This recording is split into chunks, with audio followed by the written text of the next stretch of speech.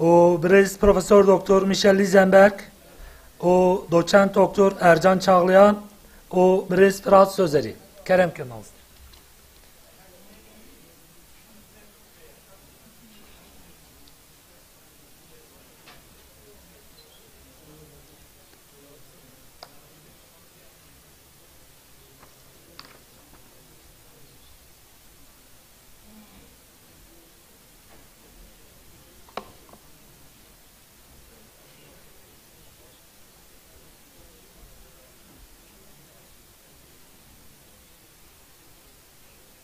Tamam, 1, 2, 3 ses.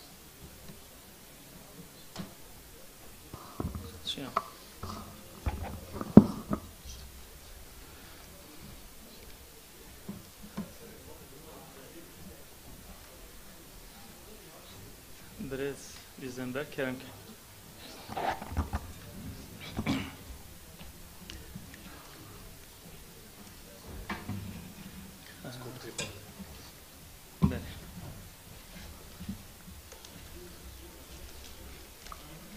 Mamosta Ercan Beşler Bey mi acaba?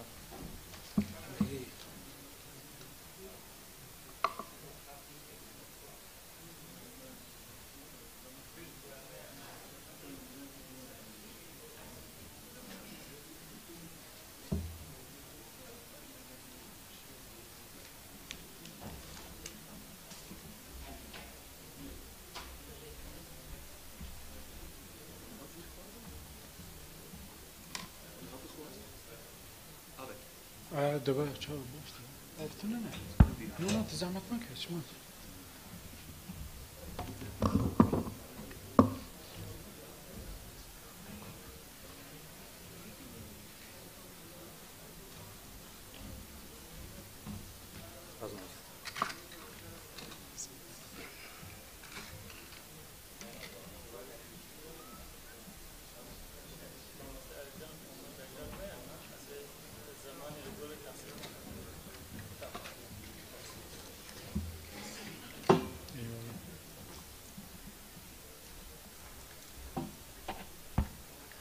Beşdarın heyecan ha hemen demida sempozyuma malisler YouTube'da zinditi ve şandı. Beli, em dest pê bikin. Mêvanên hêja hûn dîsa bi xêr hatin serçeva hatin. Ev rûniştina yekem maratona sempozyumê dest pê dike. Axivêrên me çarin yek ji wan Brez Ercan Çağlayan îro nikare beşdar be. Ji ber wê em ê bi sê beşdarvanan bernameya xwe bidomînin. Ji ber wê em dikarin wextê xwe biçek berfirehtir bikarbînin. Axivêrê yekem mamosta Brez Profesör Doktor Mazhar Bağlı bi xêr hatiye. Mijara mamosta özgün sosyolojik bir kavim olarak Kürtler muhtemelen bi Türkiye peşkeş bike mamosta nosa. Müsaade bikiniz. Estağfurullah müsaadeye ve seydan. Axivêrê duyem Brez Lisenberg ji Hollandayê beşdar dibe. Do henekek baş kir got ez wek profesyonel felsefenasım li wek qaçaq Kurdologum. Başek û Kurdologa bi xêr hatiye serçeva hatiye. Mamosta Ercan Çağlayan ez dîsa mijara wî bibêjim akademisyenekî serkeftiye Malawi ava. Em ê muhtemelen nivîsa mamosta di Pirtûkê de bixwînin. Mijara mamosta oryantalizm, kolonyalizm ve Kürdoloji. û mijara dawî jî beşdarvanê dawî kek Fırat Sözeri û Meryem Gureşîd Ze doktor. Mijara wan Simon Palastan, Alexander Jabaya Rusya'da Kürdolojinin ana merhaleleri. Hemû jî bi xêr hatine, hûn jî bi xêr hatine. Em niha mikrofonê teslimi mamosta Mazhar Bağlı bikin. Kerem ke mamosta. Buyurun hocam. Spaskim. Çok teşekkür ediyorum. Buradaki bulunan değerli hazırını saygıyla selamlıyorum. Başta üstadımız büyüğümüz Ziya Bey, Halit Bey, Abdülhadi Bey ve Abdurrahman Bey, hakikaten çok kıymetli misafirlerle birlikte olmaktan çok büyük bir onur duyuyorum. Halit Hoca biliyorum bana biraz kızacaktır. Niye Kürtçe sunumu yapmıyorsun? Haklı. Ancak biraz hızlı konuşmak istiyorum izniniz olursa. Ve bu konularda Türkçe öğrendiğim için Türkçeyi daha iyi anlatacağımı düşünerek izninizi rica ediyorum Halit Hocam. Şimdi bu Kültür ve sosyoloji biliyorsunuz günümüz dünyasında belki de modernleşme ile birlikte en çok gündeme gelen temel sorunlardan birisidir ve esas itibariyle bizim gibi yani Kürtlerin başka bir toplumun etkisinde kaldığı, pek çok toplumların etkisinde kaldığı coğrafyalarda daha çok sıcak bir gündem maddesi. Dolayısıyla özgün bir kültürün varlığı hangi parametreler üzerinden okunabilir ve aynı zamanda da bu özgün kültürel yapıların değişime, direnme imkanları nasıl mümkündür? Bendenizin bugün dünyadaki modernleşmenin bütün gücüyle, bütün enstrümanlarıyla, ajanlarıyla çok ciddi anlamda dünyayı değiştirip dönüştürdüğü bir süreçte modernleşmeye özgün bir direnme odağı olarak özgün değerlerin ve kültürlerin ve kimliklerin ve dillerin varlığını, onun varlığına da işaret eden birer hayat olarak var olduğuna inanan birisiyim. Bu anlamda hakikaten de bir Urfalı, Urfa'nın böyle çok özgün bir bölgesinden bir Kürt olarak Kürtlerin, Kürtçenin dünyada bugün görebildiğimiz kendini koruma konusunda en güçlü direnç noktalarından birisini geliştirmiş olan bir kültürün içinde büyümüş birisi olarak söylüyorum. Nedir bu kültür dediğimiz ya da özgün sosyolojik yapı dediğimiz durum? Ya da bunu nasıl okuyabiliriz, nereden anlayabiliriz? Modernleşmenin karşısında nasıl bir direnç ortaya koyabiliriz? Şimdi modernleşmenin karşısında bir direncin olduğunu çok romantik görenleriniz olabilir büyük bir ihtimalle ve böyle de bakılıyor. Nitekim modernleşme bugün coğrafi bir değişim değil neredeyse. Belli bir ideolojinin, belli bir felsefenin ya da ne bileyim belli bir üretim biçiminin yan mekanizması olarak değil, küresel bir dönüşüm süreci olarak görülüyor ki Anthony Giddens aşağı yukarıda modernleşmeyi böyle tanımlıyor. Fakat buna rağmen sahiden de ben bu konuda romantik bir öneride bulunarak modernleşmeye bizim özgün kültürümüzle ve dilimizle direnebileceğimize inanıyorum. Dolayısıyla kültür anlamında baktığımızda özgün bir sosyolojik yapılara baktığımızda bu direnme mekanizmalarının çok daha fazla var olabileceğini ve çok daha yakalayabileceğimizi düşünerek, bunu iddia ederek huzurlarınızdayım. Şimdi nedir mesela bu hani bir toplumu özgün kılan hangi parametreler var? Aşağı yukarı yani çok fazla bileşenden bahsedebiliriz ama burada en çok dikkatlerinizi çekmek istediğim 4 taneye işaret etmek istiyorum.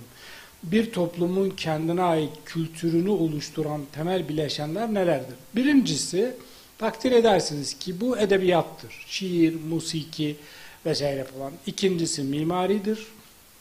Üçüncüsü bilgi kuramıdır. Dördüncüsü de toplumsal yapı içerisindeki var olan aile ilişkileridir. Ve ben bu coğrafyada, değişik yerlerde çok farklı toplumlarla bir biçimde iç içe olan bir kişi olarak ve bu konuları da merak eden bir akademisyen olarak söylüyorum. Sahiden de bizim kendimize ait olan her bu 4 alanda da çok özgün bir kültürel varlığa sahip olduğumuzu gururla söyleyebilirim. Bunu korumak nasıl mümkündür? İşte nedir bizim mimarimiz ya da nedir bizim kültürümüz? Şimdi dünyada her toplumun kendine ait bir sanatsal rekabet üstünlük alanı var.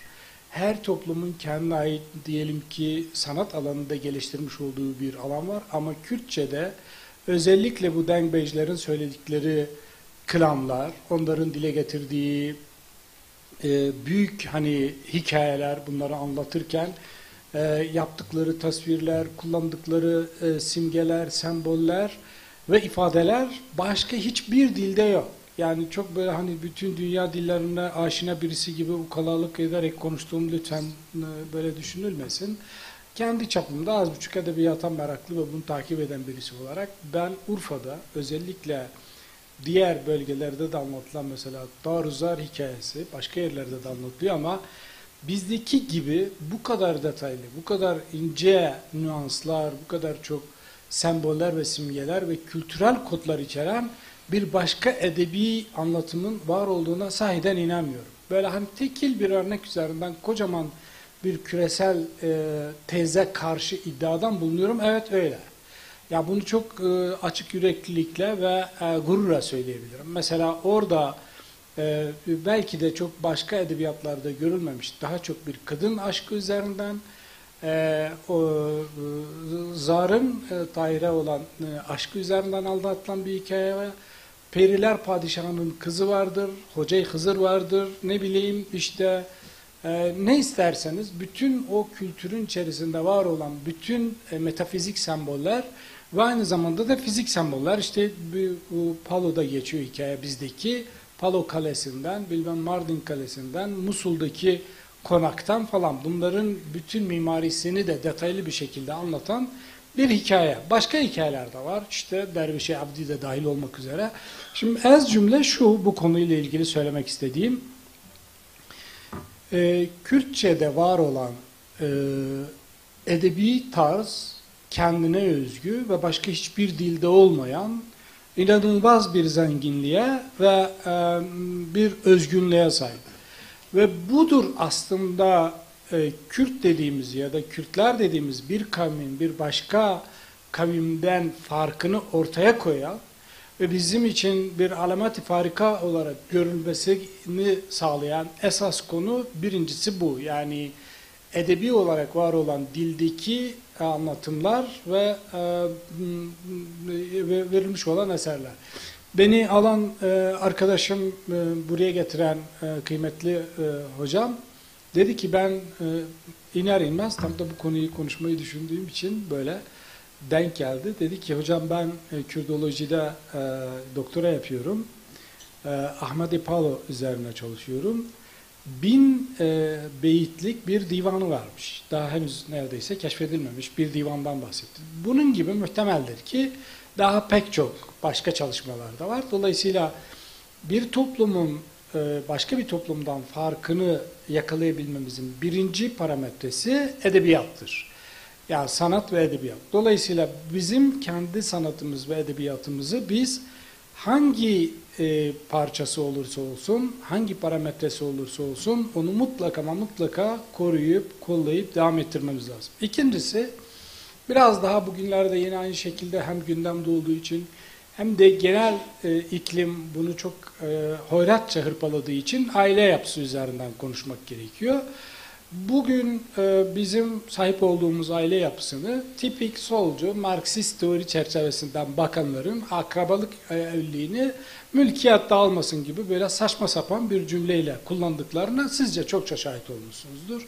Levirat Sororat tipi evlilikler de dahil olmak üzere. Hatta kan davasını çözmekte bunun bedel olarak birbirinden kız alıp verme olduğu zaman neredeyse Türkiye'deki klasik sosyolojinin tamamının ilk cümlesi mülkiyet dağılması olmasın diye yapılıyor. Bu külliyen yalan, böyle bir şey yok. Zaten konu bu bölgede mülkiyet üzerine kurulu bir konu değildir.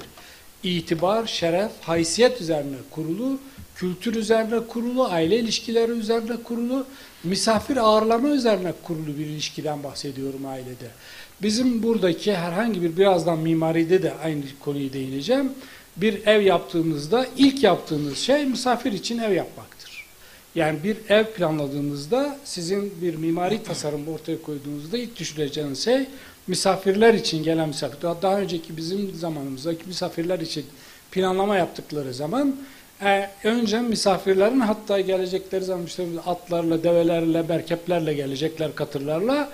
Önce onların hayvanlarının ağırlanacağı, onların hayvanlarının yiyeceklerinin depolanacağı bir yer, sonra misafir yeri, sonra ev olarak düşünülen bir mimari gelenek var. Dolayısıyla hem mimari açıdan hem aile ilişkileri açısından gerçekten de farklı bir sosyolojinin, bir yapım var olduğunu biliyoruz.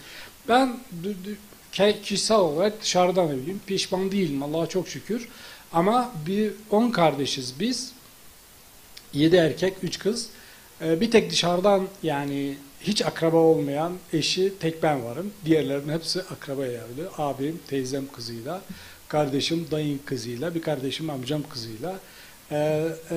Bunun çok sahiden de bir kültürün korunması ve aile ilişkilerinin güçlenerek devam etmesi için önemli bir gelenek olduğunu ve önemli bir aileyi korumayı, aile ilişkilerini idame ettirmeyi ve aile içerisindeki var olan bazı tampon kurumların korunmasının çok önemli olduğu düşünüyorum. Kötü örnekler var, muhakkak var. Yani yok değil, Berdel gibi ya da o bahsettiğim kan davasını çözme esnasında ortaya çıkan bazı aksaklıklar dolayısıyla muhakkak kötü örnekler var. Biliyorum, şahit olmuşluğum vardır.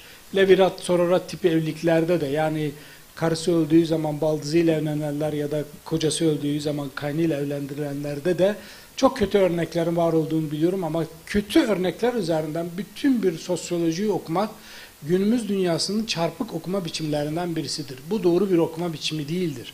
Bir tane kötü örnek bütün bir emsali, bütün bir sosyolojiyi kötülemenizi gerektirmez.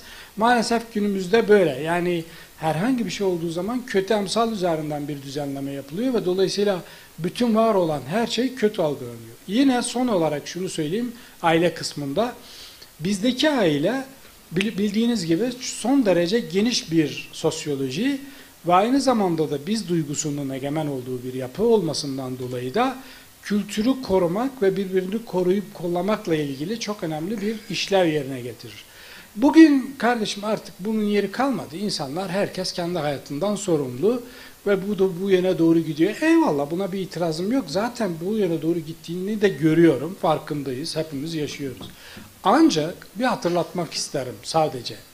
Bir örnek olarak söyleyeyim. Bugün dünyada, ben Osaka Üniversitesi'nde gittiğimde sosyoloji bölümünü ziyaret ettim orada, Japonya'da.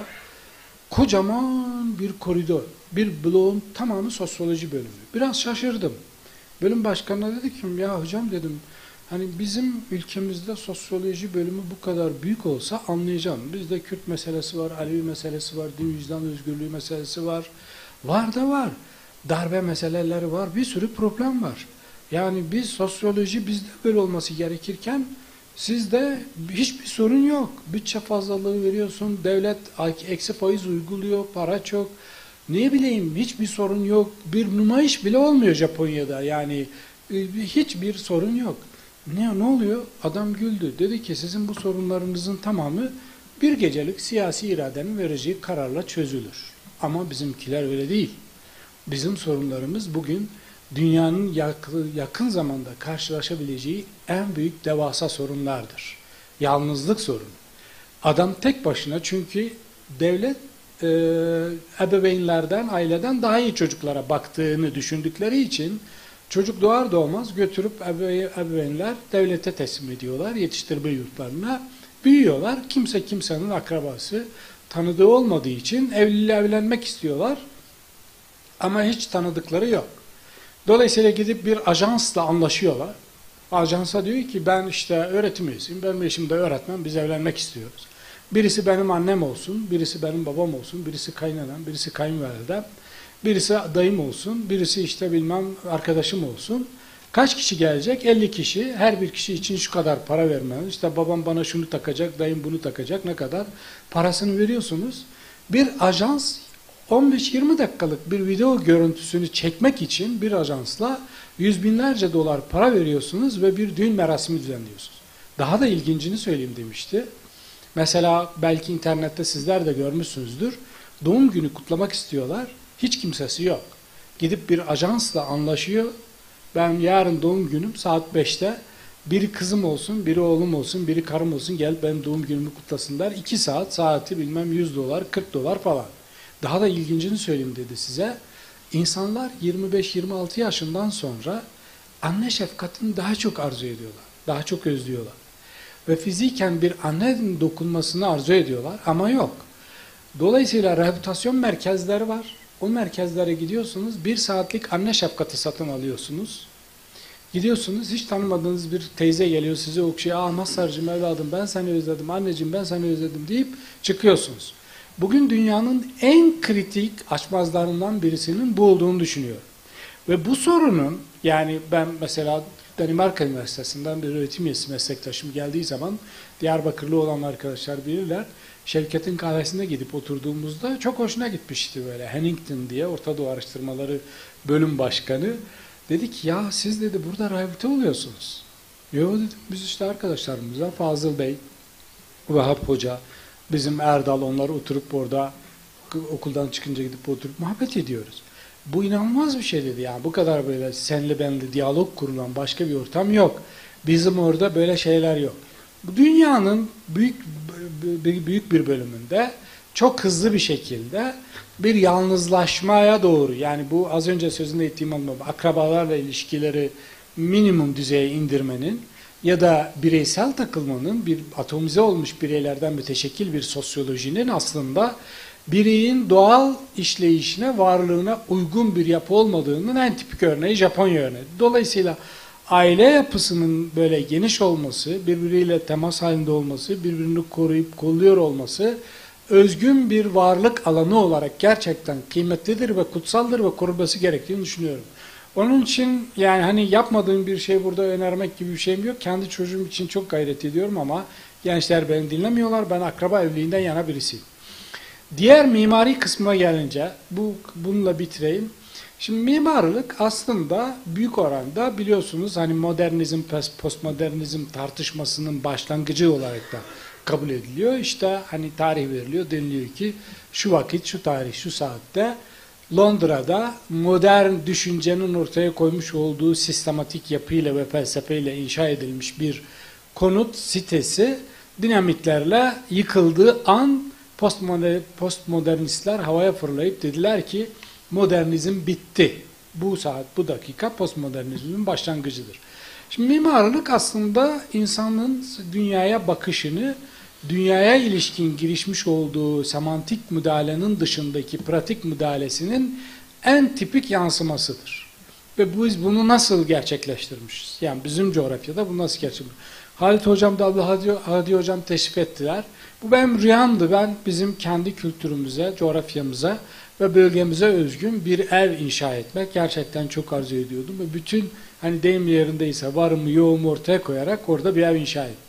Ve arzu ediyorum ki biz bu kültürümüzü, mimarlığı koruyalım. Mimarlık kimliğin inşa edildiği ve temsil edildiği en kritik alandır. Niye? Şunun için. Çünkü hiçbir soyut sanat dalı mimari kadar somutlaşamaz. Hiçbir soyut, bir şiirsel anlatım, yani böyle bir metafizik bir anlatımı siz somutlaştıramazsınız mimarlık dışında, hiçbir yerde yapamazsınız.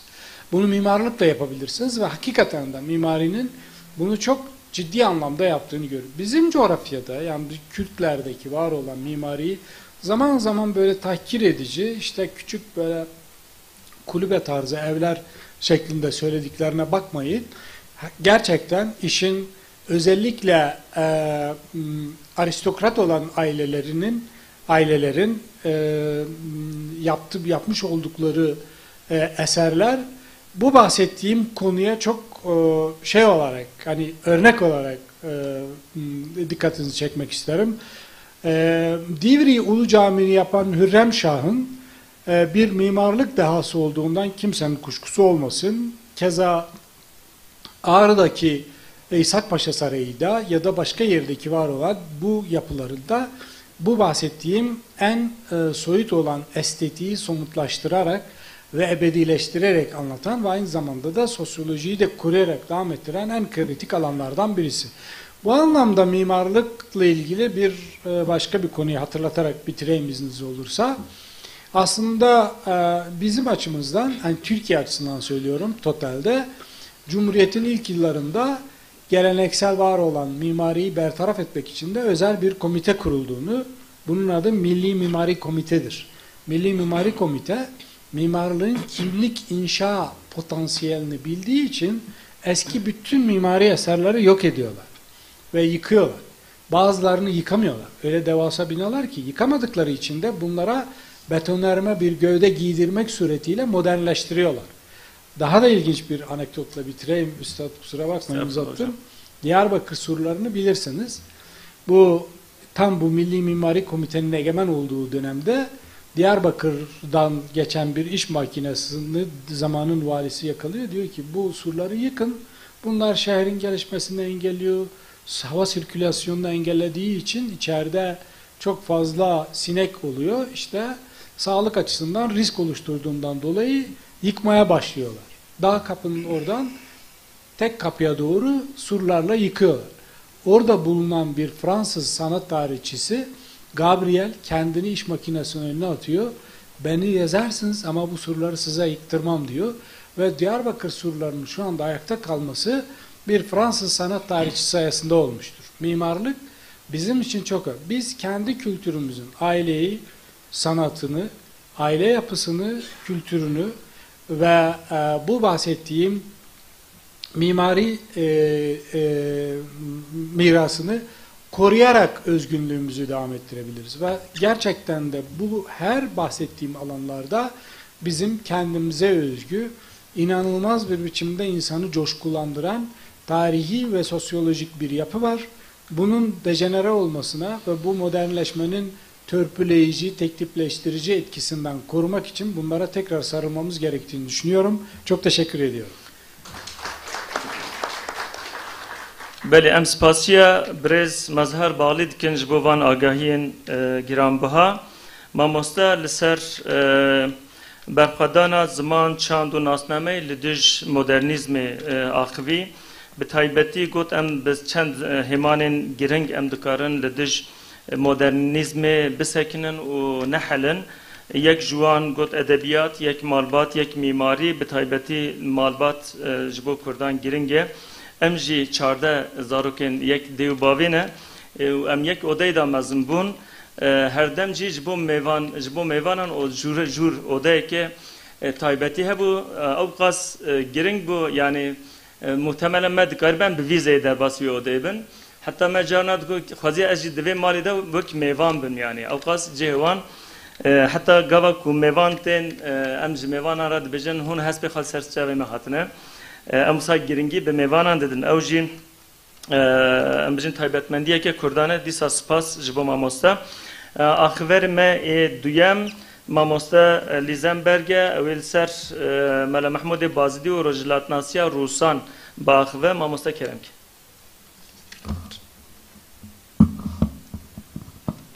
gelek spas و gelek spas bo hevalin خواهین زنینگه هوانه یعنی از گلک دو خوش مکز ده من دکاری بیم ورا و گلک هوالین جو وقتی کردن هنه و زکارم گلک هوالین نو نسبکم جبوی از گلک سپاس دارم وکی کک تای هانجی گوتیه از بتنی کود لوگیک به کاتشاخیمه یعنی به رسمی فیلوزوفم لیز هیوی دارم که از نه گلک درباره فیلوزوفی فلسفه کسبکم براستی کارا سیمپوزیوم in Kurdiat gelek gering ubakeshi berko kevin shopia zanist u kevin shopia wejeia kurdi naye naskeren jbui kara Kurdiat براستی karake piroze Mala Mahmoud Bayazidi ji geleki per muhim geringe le chama u chama betaibti jibo diroka روشنبیر و جبو زنستی کردی اوکاز گرینگه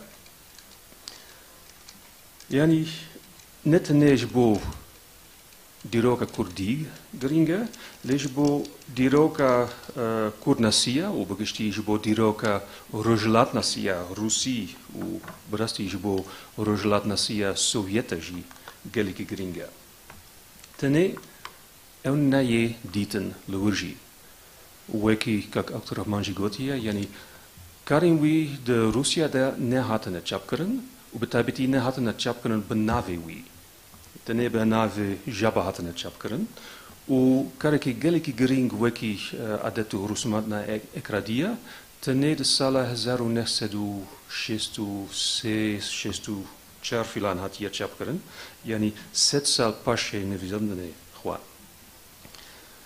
چما او روشهایه ایرو de Europa را و de Amerika جی گلک درباره dekolonizasyون da کسادکن و بکی جی dekolonize کرنا کردناسی جی لازمه و جبکونا ها کاک ارجان نلوره بکی از کار مهنی beter درباره kolonialism و orientalism جی کسابکم نه اگر از دریج کسابکم هون کارم دبیجم خلاص تمام kolonyalizma Kurdan çiye? Yani ev pırsiyar ki zahmetiş bu Kurdan mesela eğer derbare mesela Arap filan yani derbare Hindistan'da perspektif yani var aksana yani kolonialisme, tishtike imperialist, tishtike rojavaïe, o latim weke Ingilterra, Fransa filan, deste latin kolonial boon. Le barasti jebo Kurdan eu imperialisme Europi taban hebu, le netene eu imperialisme, netene eu kolonialisme hebu. Betaibeti pashe shera dunyai de doyan, gelek Roshambiran Kurdan de goot bame kolonialisme nafchejiaye. O eltishke gelek ajibe, jiberko de theorieën marxista filan.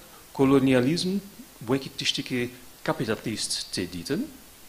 Le chent Kurden Irak, chent Kurden Surië de goot bameji kolonialisme nafchejiaye. Hukumeti basi Suri, hukumeti basi Irakeji, hukumeti ke koloniale. Le el herdu hukumetin socialist boen. Yani jeboui bo theorie marxist el persiare ke geliki zahmet as boarem.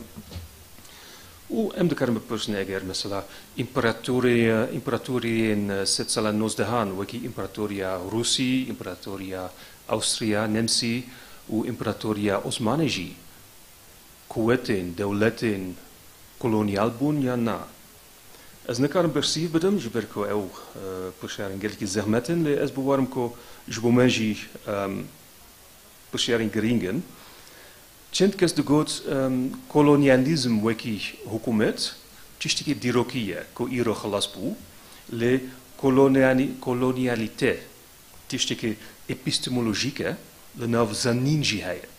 Ujboui Chentekes, betabeti Jivak Nasin, Amerika Bashur, de Bejen, de VM dekolonisekerna Zanina Academica der Bare Gelin, Weki Gelin Amerika ji beken. En nu kan we person eger de Bare Kordanji, eu dekolonisekerna epistemologiek ji lazme, jan ja mumkina, u chawa had je avakerna. Yani, Orientalisme Kurdan, Orientalisme Kurdi, Kurdologie, Chia ou Euji Zanineke koloniale. Ira is tene derbare Mahmoud Bayezidi ou Alexander Jabaji, Xabekem, Jibeko Gringia wan jebo we persiaren gelkim zina. Yani Mula Mahmoud Bayezidi Kibu, Gringia wi jebo diroka zanist u zman u wijia Kurdi, Chebu. Jgoraman Gringia wi evet, el demeke nu a diroka zanistia u Roshanbira Kurdi nishandere. U el bashtezane ko wahadeke. Louis hishboneke kevin shopia Kurdi haye. U el Neweki de dema Yekema diroka Roshanbiri Kurdi. Yani wechta dema Ahmed Khani, dema Eliteramachi Malay Jaziri. En we kunnen een beetje el dema vernacularization Kurdië. Yani avabuna Kurdi, weki zmaneki Gotari, weki zmaneki Nevisi, weki zmaneki Wejeyi, weki zmaneki Zanistiji. U Khani, u Teramachi, geliki bashtezane ko el tishtike nudeken. Mesela Khani de memuzine de Nevise ko Nevisandena bezmane ame, yani lisane ame, yani Kurdi u nefarsi weki zmane khasi. El karike bid'ate. Yani el de zane ko tishtike nuye u tishtike ajebe. U la eine weg, welke hendik pasheji, eliteramachi de god, jebo hemu millet zanistia sarf hebu, tene jebo kurt hata irutene. Jebo wi naha jebo kurdanji zanina ilmi sarf lazime. Yani elji de zaneko ilmi sarf jebo kurdi tishtike nuye. El dema yekema diroka Roshanbiria Kurdië is bewarm, diroka Roshanbiria klassiek in de karm bebezen. Uweke me goed, dema de Duyan, dema Mala Mahmoudi Bayazidia. El dema de Duyan is bewarm doet te stellen. Jek, weke me goed, ja, Mala Mahmoudi Bashtezane ko el patchike kerneshopia vernacular yani زمانی گوتاریا به زمانی کردیا زنستی و وجهی و روشنبیری وجهیه وكي مقوتيا يعني لناف خاني او هشبونا كيف نشوبيا كردي بوها تنا محمود بايزيدي جي تشتكي دنجي هيا او جي باورك او كيف نشوبيا كردي هدي زايف تربويا وجبركو او باورك كو زماني وقت قيامت نزيكا او دنويسه نها ادي مدرسه وعلماء وخوانن د كردستان دا كوي قيم بويا البته علامة آخرية كو علم وعلماء نقصان دبن يعني أبو وركة كو كيف نشوبية كجن 6 سال هنا ونها هدي تواو يان خلاص دبا دو جبو دمت دو يانا ديروكا كردية كلاسيكا روشنبيري بازيري جي باتشيكي لهف ديتنا زانين كرد به imperialisme nugene. Yani, boikem de zanen, alle katen wie be Alexander Jabak, consolosa Rossi bu, yani, el ne weki khani de nav imperatoria Osmanida bu, ul de wega vetaban alle katen be imperatoria Russia Inglisi tenebun. Le em de kan begustigi bebejen ko set sala nos de hanj bu Kurdan, وقتا دستيلاتا دولتا مودرنة يعني de وقت تنظيماتا إمبراطورية عثمانية حكومتك مركزي أفكارية وطبعا أوجي وقتا راكرنا ميراتيين كورت بو وكي أم دزانن بازيدشي باتشي في ديروكي بو يعني أو باتشي وي كشبتنا أو أفكارنا حكومتك مركزي بو وكي أم دزانن على كاتن وي بخان محمود بازيدي بو هبون او وكي كابك مالكونستا عبد الرحمن جي غوتيا بازيدي جي هندق وقت de خابيس خانده مايا يعني de ناف بازيدي جي هجبونك على كاتن بإمبرياليزم بحكومتي نو هيا و de eine وقت هجبونك جيانا de وقت post klassiek جي هيا وجبويجي كارين غاليكي باكيشو غرينغن لي نتني كارين بندستي اورينتاليزمنا بجشتي تيورين اورينتاليزم او تيورين بوستكولونيال ديكولونيال de bejen ko zanina Europi a orientalist tishtike hegemoniek bu liberas divem person eger el hegemoniek bu eger el serdes bu el serdestia epistemologique kengi hati avakarna u chawa hati avakarna ujbuiji bazidi galike bakesha em de zan ko jaba persi u bazidi bersivda le bersiven bazidi ne bersiven be khutabe ne bersiven be discours ne bersiven be zanina europia philologique a زماناسي و etnografieken. Tjoja. Yani em de zanen ko bazidi verhenge ko di Fransi nevisandia kitaba adet urusumat na maya ekradia u chent risale u hikayet u kem iru de bejen kutter chirok u tabanji rezmani ko di. U jebo etnografie u jebo jwak nasia Kurdan galike muhima le ne moroveke وكي ببيجم بروفيسيونيل جواك ناسا يعني تشي قالي كبكيشة كنا دناف كارين وي يعني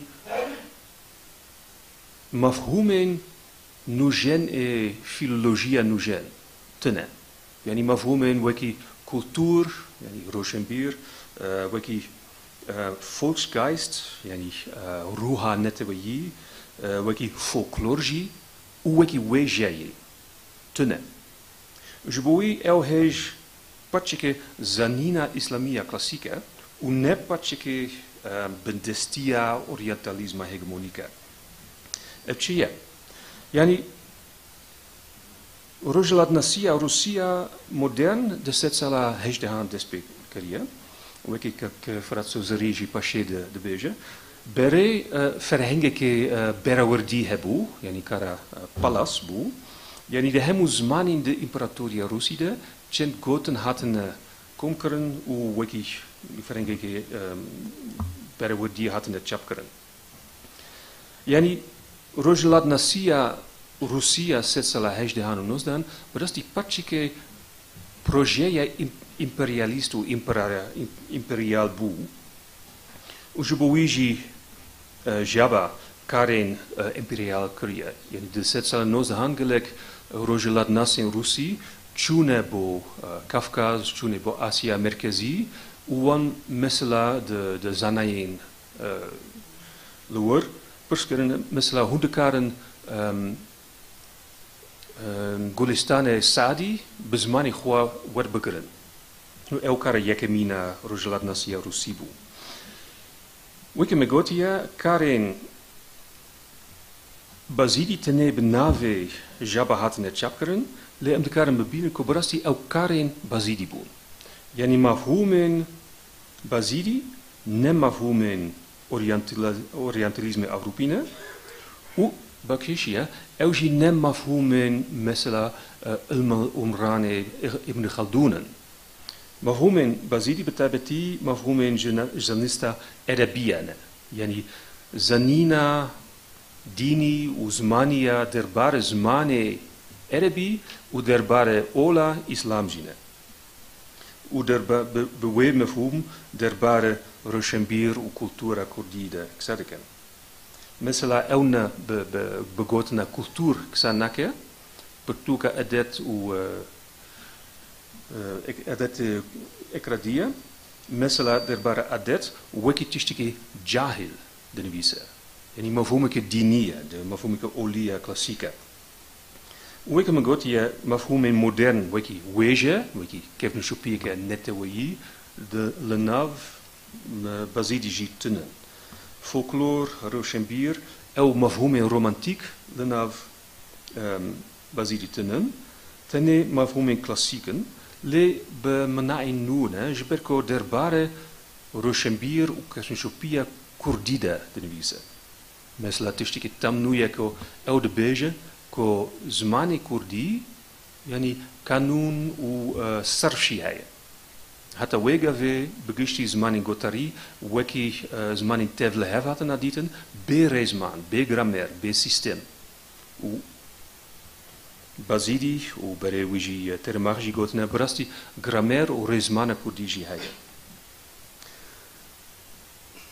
يعني وها عندكرم بيجنكو جبو كورت ناسيا روسي كارين بازيدي جلكي جرين وباكيشبون le chma euna hat yediten yani de pesh gotna kitaba ko benave jaba hat yer chapkeren tene hendik derbare alikaria malahike kurdi teni visanden u pashe navwi hat yer jbirkeren chma nevisanden in bazidi benave jaba hat ne chapkeren u hichne hat ne chapkeren hat Karen Rudenko en bekarem bejen ko luer فكرة أورينتاليست هيج هبو لسا سالة 1806 en daarmee Academia Russi de Nevisant care teremachi terschrift romanji begringia u care bazili derbare zman urezmani kudiji begringia el tene weki en de bejen native informant had je dieten yani el ne had je naskeren weki sana tene weki منوبك كوب بغوتاري بغوتن ونبن فيساندن خبر جبورو زنات ناسين روسي دايا ام دكارم بيجن كو بمن محمودي بازيدي ام دكارن دسبيكرنا folklorisekerna Koerdan bebinen يعني de rojelat nasia modern de Russia de walatin dunji kort betabeti wiki walatike folklorik tenditen يعني تاني كيف نشوفين غوتاري هنا وقالك كم دربارة كيف نشوفين نفيساندي تاني فيساندن يعني ويك ما غوتيا تاني بدي بنجا 6 سال جاري يكمين كارين بازيدي هاتنا تشابكرن دو روسيا ده بله از Ezeki hazırım. Yani dişki bakışı ko el folklorizekerna Kurdan de wechte imperatoria Russida hatiye despekeria, le de wechte Sovjetida donkeria. Yani de wechte Bolshevik kurt weki melet, weki ulateki folklorik hatten editen. Utaban em de zanachma politika siyaseta Russi, siyaseta Sovjet, Sovjetike ateïstbu. Jubui wan nachwas derbare zanina ilmi derbare kernishopien ilmi u dini oli nazanem. Uha kurt, wiki Ermeni, Uzbek, u dun, wiki walatin folkloriek hatten dieten u hatten definition keren. Tenede Salin Sheest, wiki Megotia, Margaret Rudenko, en ik pasjeji Maruf Ghaznadar, pertuken zanina kurdia klassiek chapkerne. Jouy am de karme bezig op belki dekoloniseren Kurdi u Kurdnasi belki eve. De VM ditena kernishopia klassika Kurdia wejeyi u zanistiji hendik beter tjadarbeken. Yani ev kernishopie heie u eujebo diroka Kurdan gelek geringe. Gelek spas.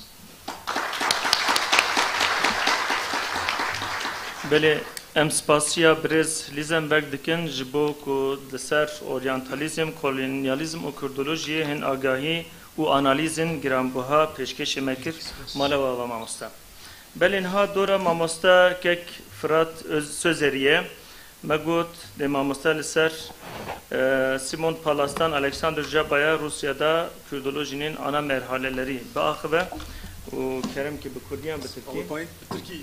Kerem ki tamam.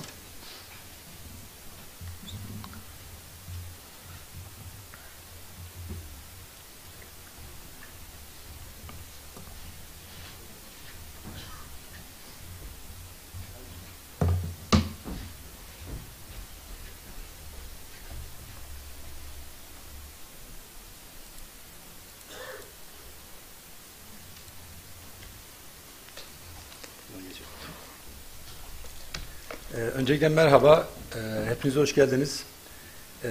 Beni bu sempozyuma davet ettiği için Kek Yakup'a özellikle teşekkür etmek istiyorum. Şimdi sunuma girmeden önce şunu söylemek istiyorum. Yüzlerce kitaba yayılmış, binlerce sayfalık bir külliyattan söz ediyoruz. Dolayısıyla bir sempozyumda bunların tamamını yansıtmak pek mümkün değil.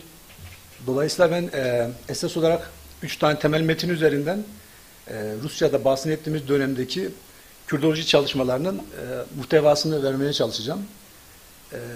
Çok yakın döneme kadar Rus-Kürt ilişkilerine ilişkin literatürde bir ön kabulümüz vardı. Bu aslında bizim Rus-Kürt ilişkilerine ya da Rusya'da Kürdoloji çalışmalarına ilişkin ufkumuzu çok sınırlandırıyordu. O da şuydu: Rus-Kürt ilişkilerinin tarihinin başlangıcını 1800'lü yılların başındaki Rus-Osmanlı, Rus-İran savaşlarına dayandırmak. Aslında Ruslarla Kürtlerin ilk temasları çok daha öncesine 943-944 yıllarına dayanıyor. En azından şu an elimizdeki yazılı belgeler, Arap kaynaklarındaki yazılı belgeler bizi bunu gösteriyorlar. 943 yılında o zaman Kiev Rusları olarak anılan Ruslar gemilerle Hazar üzerinden Barda'ya bir sefer düzenliyorlar. O dönem Salar hükümdarının emri altında Deylemiler ve Kürtlerden istila için gelen, yağma için gelen Rus birliklerine karşı bir direniş gösteriyorlar. Yaklaşık bir 6 aylık işgal süreci yaşanıyor. Daha sonra bir salgın hastalıktan sonra Ruslar bölgeyi terk etmek zorunda kalıyorlar. Barda, Azerbaycan Barda'da başlayan işgal daha sonra Urmiye ve çevresine kadar yayılıyor. Tabii ki bu dönemki ilişkilere dair herhangi bir yazılı kaynaktan söz edemiyoruz. Sadece Arap kaynaklarında böyle bir sürecin varlığından söz ediliyor. Rusya'da Kürdolojinin sistematik olarak başlangıcını Çariçe Yekaterina'ya bağlamak mümkün. Çariçe Yekaterina aynı zamanda kendini filozof monark, Sokrates'in monark filozof düşüncesinden hareketle böyle tanımlıyordu. Siyasetin yanı sıra felsefeyle ve bilimin çeşitli dallarıyla da ilgileniyordu. Dünyanın bütün dillerinin tek dilden türediğine dair bir teoriyi ispatlamak üzere tematik bir sözlük hazırlanıyor. Bu tematik sözlükte 276 civarında kelime var. Doğaya ilişkin sözcükler, aile bireyleri, vücut uzuvlar vesaire. Biz ilk defa bu dönemde Kürtlerin Rusya Kürdolojisinde ve bilimsel metinlerinde yer aldığını görüyoruz. Bu çalışma yürüten ekibin başında esas olarak Alman olan Simon Pallas'ın yönettiği bir ekip vardı. Bu ekibin içerisinde Kürtlerin yaşadığı Kafkasya'da, Erivan, Gürcistan, Kars gibi bölgelere giderek bu tematik sözlükteki ifadelerin Kürtçe karşılığını toplama görevini de Johann Guldenstadt üstlenmişti. Burada da kitabını görüyoruz. Bu kitabın içerisinde Erivan'daki Kürtlerin özellikle etnografik özelliklerine dair çok detaylı olmasa da belli analizlerin olduğunu görüyoruz.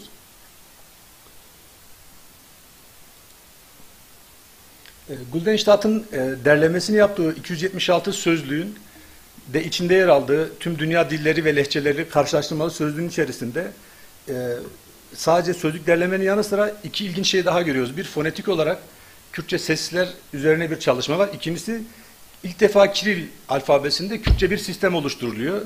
Burada daha önceki bir çalışmamda bazı Kürtçe seslerin Kiril alfabesinin Kürtçe ses sisteminde nasıl karşılaştığını çalışmıştım. Örnek olması açısından buraya yansıtıyorum.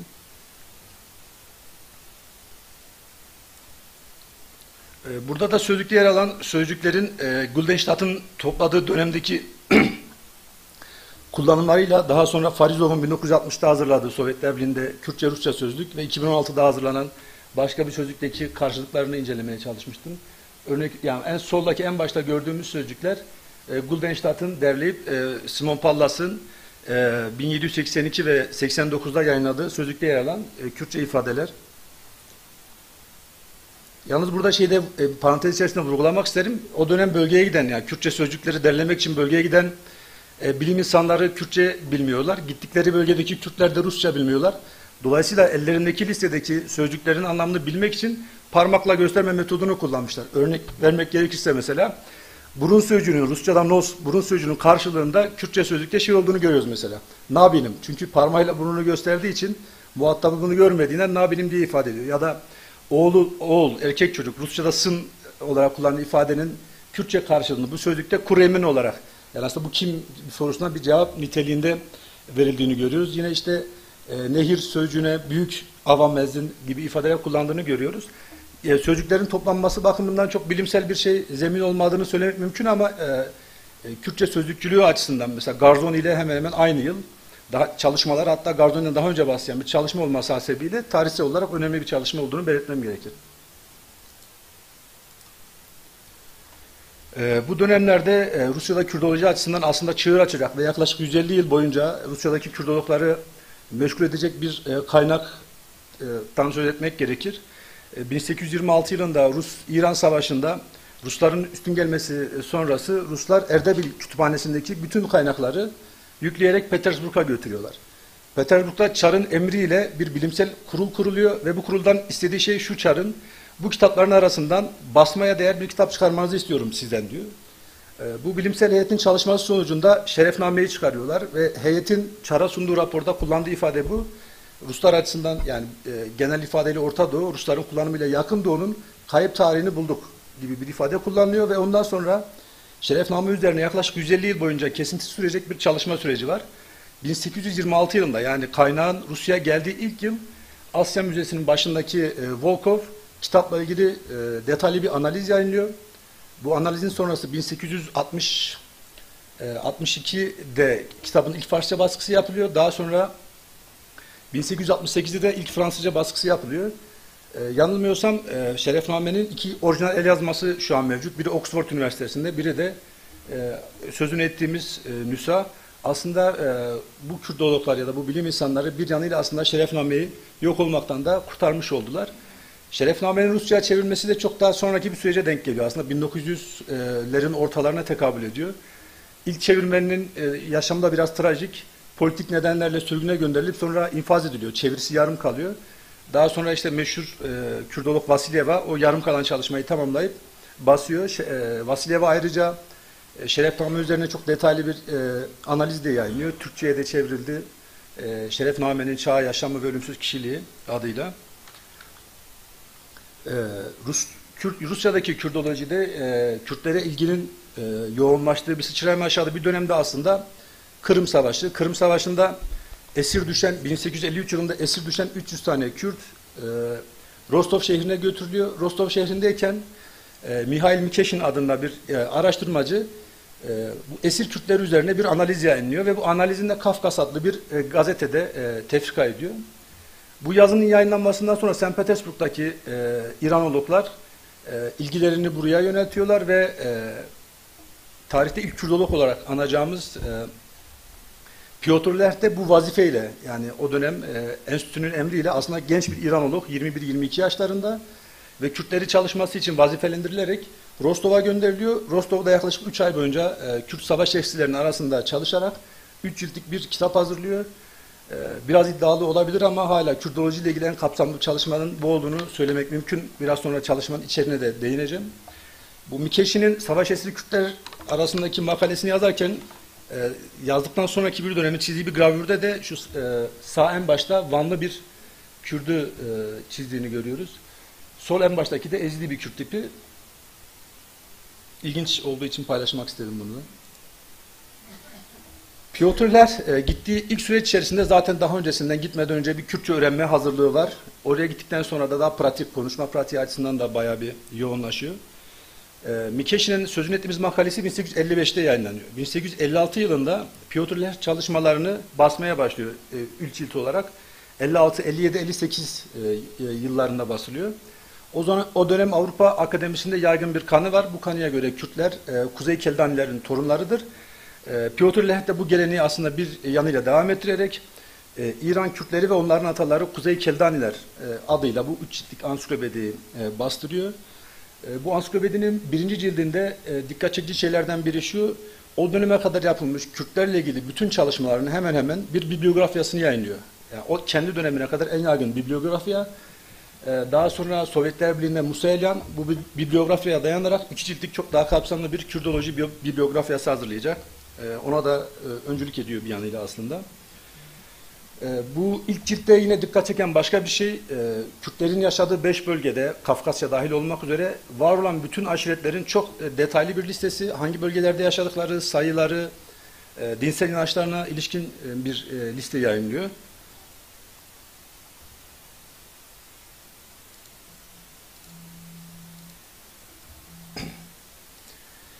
Kitabın 2. cildinde Lerh'in savaş esirleri arasında bulunduğu dönemde derlediği hikaye, şiir, pekanoklar yer alıyor. Burada da çok yine özgün ilginç metinler var. Lerh bunları derlerken şunu not etmesi aslında bu konuyu çalışacak arkadaşlar için de bir kolaylık sağlıyor. Kilok'u anlatan kişinin hangi bölgeden olduğu, hangi köyden olduğu, hangi aşirete mensup olduğu gibi detayları da bu çalışmasında yer veriyor. Buradan hem Kurmancı hem de Zazaki şeylere yer veriyor. Bunu da belirtmek isterim. Üçüncü olarak da yine kendi dönemi açısından detaylı sayılabilecek ve Pallas'ın sözlüğündekinden daha kapsamlı 2 tane sözlük hazırlıyor. 3. ciltte bu yer alır. Bu Kürtçe sözlük, Kürtçe-Rusça sözlük, bu da Zazaca Kürtçe sözlük.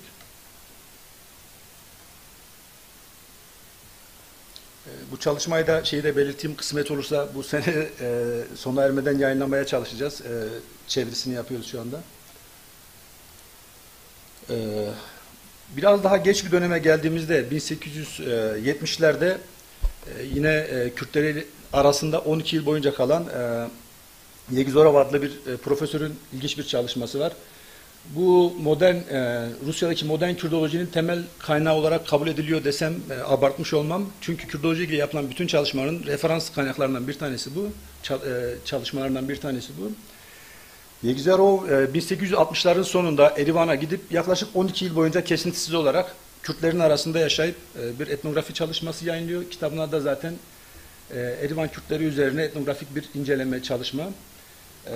Burada da yine Kürtlerin sosyal yaşamına, siyasal yaşamına, aile ilişkilerine ilişkin çok detaylı analizler görüyoruz. Yine Çirok derlemeleri, şiir derlemeleri ve bunların Rusça çevirileri de bu kitaplarda mevcut. Yegizorov'un özgünlüğü nedir diye sorarsak, Yegizorov şunu yapıyor: kendinden önce yapılmış bu tarz çalışmaları referans alıyor, bunlardan faydalanıyor. Kendi yaptığı çalışmalarda onlardaki eksikler ve kusurları da analiz ederek aslında bir yanıyla daha kusursuz bir çalışma üretiyor. genel olarak yani Rusya'da Pallas'tan Java'ya kadar olan dönemde aslında çok daha fazla çalışmadan söz edebiliriz ama bugün bizim açımızdan önümüzde duran incelemeye hak edecek çalışmaların esas olarak bu üç başlık altında toplamanın mümkün olduğunu söylemek istiyorum. Ayrıca birkaç kaynaktan daha söz etmek istiyorum bundan sonra yapılacak çalışmalar açısından. Solda gördüğünüz aktı Rusya Kafkasya Arkeologlar Birliği'nin derlemeleri 12 cilttir. Bu her cildi yaklaşık 700-800 sayfadır. Bunlar hiçbir yorum, hiçbir dış katkı olmadan el yazmaları, o dönemki Kürt liderlerin Rusya ile yaptığı yazışmalar ya da kendi içindeki yazışmaların orijinallerinin kopyaları burada mevcut. Aslında burada işlemeyi bekleyen bir hazine var diyebiliriz. Sol taraftaki kaynaklarda. Az önce sözünü ettiğim 3 çalışma aslında işlenmiş, belli veriler toplamış. Bu veriler üzerinden belli çalışmalar yapılmış metinler. Bu soldaki aktı ise aktı olarak ifade ediliyor. Henüz işlenmeyi bekleyen birçok kaynak var. Yani bu 12 ciltlik derlemenin yaklaşık 6'da 1'lik kısmının Kürtlerle ilgili olduğunu söyleyebilirim. Çok ilginç şeyler var. Yani sadece Rusça kaynaklar değil, o dönem işte Arapça ya da Kürt liderlerinin ya da aşiret liderlerinin Rus diplomatlarına falan yazdığı mektupların da muhafaza edildiğini söylemek isterim bunda. Kafkaz dergisi de yine o dönem Kafkasya'daki araştırmacıların, incelemecilerin eserlerinin, makalelerinin yer aldığı bir çalışma. Bu da çok uzun bir dönem çıkıyor. Bu da incelemeye değer bir çalışma.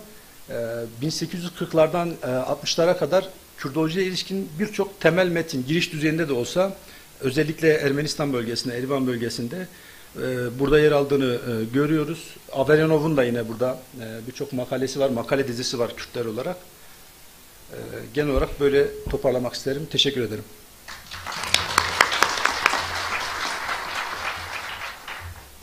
بله ام سپاسیا که فرات سوزریکن مالای آواز جبوان آگاهین گرانبها و اورجینال هر هبی رونشتنا ما قدیا مالاوا آواز بو گهداری کرنا و اونها جی امی بلگیم بشداری پیشکشی بشداروان هم بکن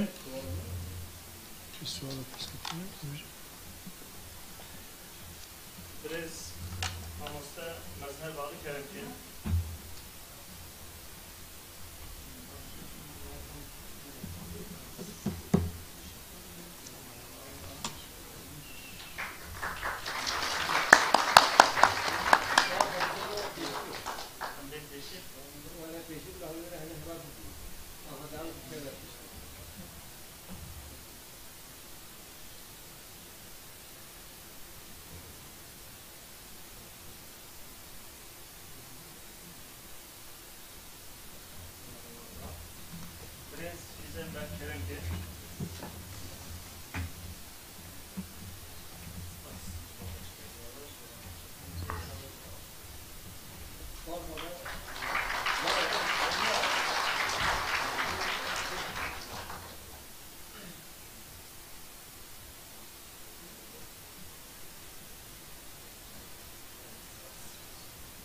Beni tek bırak, kerem kerem, bırak sözleri.